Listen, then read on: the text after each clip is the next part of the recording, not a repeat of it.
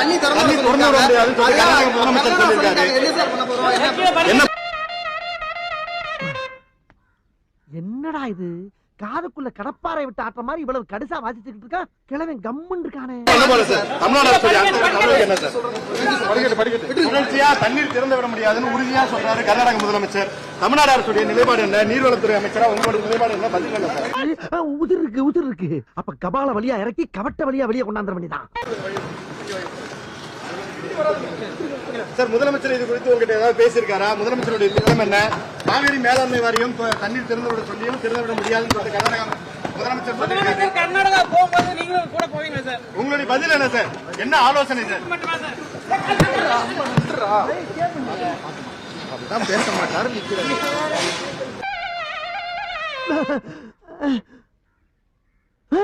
என்ன நுர தள்ளிருச்சு?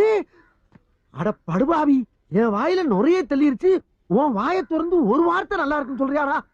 எப்பேற்பட்ட ராகத்தை வாசிச்சிருக்கேன், கொஞ்சம் கூட மதிக்காம உட்கார்ந்திருக்கேடா. நியாயமா இது?